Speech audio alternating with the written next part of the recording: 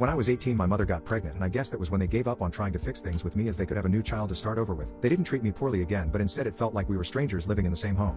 When I turned 19 my mother gave birth to a girl but due to some complications she didn't end up surviving. This crushed my father. Not only did he begin to resent me for not being as sad as he was over her death, she was barely a mother to me so there wasn't much to be sad over. But he also blamed his daughter for unaliving his wife.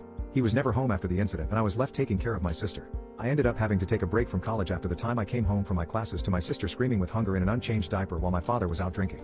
I took care of Belle full time and called out my father multiple times but he always got angry and ended the convo with him saying I could always leave Belle at the fire station.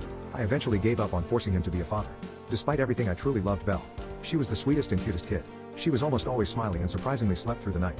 Once she was old enough I enrolled her in daycare and continued my education while working night shifts. I always made sure to leave a good portion of afternoons empty so I could spend time with her.